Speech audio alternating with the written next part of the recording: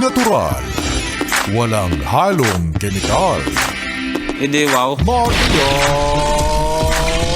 Morena!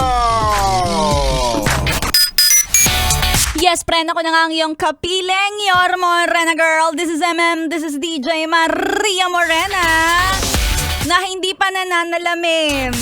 Kasi baka pag ako humarap sa salamin, magulat ako sa aking tagline na kagandahan.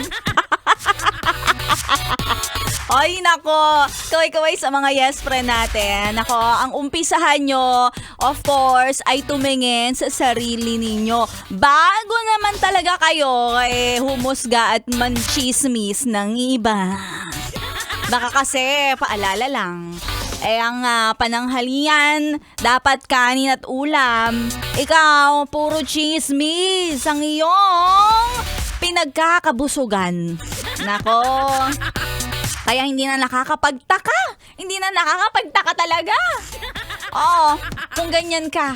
Ha? Kaya kung ako sa'yo, dapat ngayong Friday na ito, no? Try natin manalamin si Maria Morena. Eto, nakikita ko na yung sarili ko. Hindi siya salamin sa TV. Oy, taray! Napapanood na. Uy, oo, hindi ka naniniwala. Mapapanood mo ako sa yesfm.com.ph.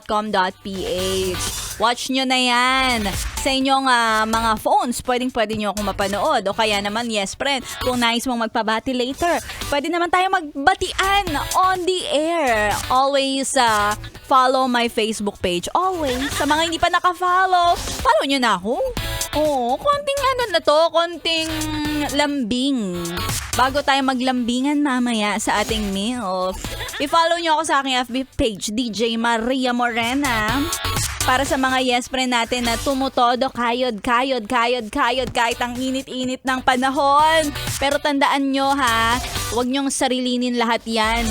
Dapat yes friend ay sa ngayon ang pinakamagandang sandigan ng mga laging pagod, laging uhaw, laging naiinitan. Sumilong ka. Sumilong ka sa puno, yung pinakamatigas at matatag.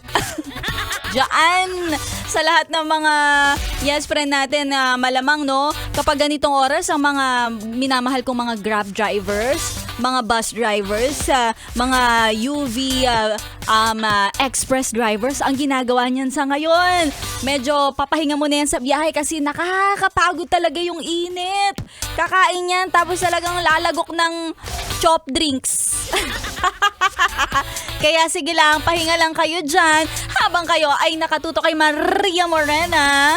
Ang babaeng nagsasabing, aanhin mo nga naman ang ganda kung puti ang nagdadala pag ikaw ay morena. Aha, nasa mukha ang ebidensya. Tuloy-tuloy pa rin ang pakikituto. Kasama ako hanggang alas 3 ng hapon ngayong Biyernes na ito. Dito lang sa 101.1 Yes FM.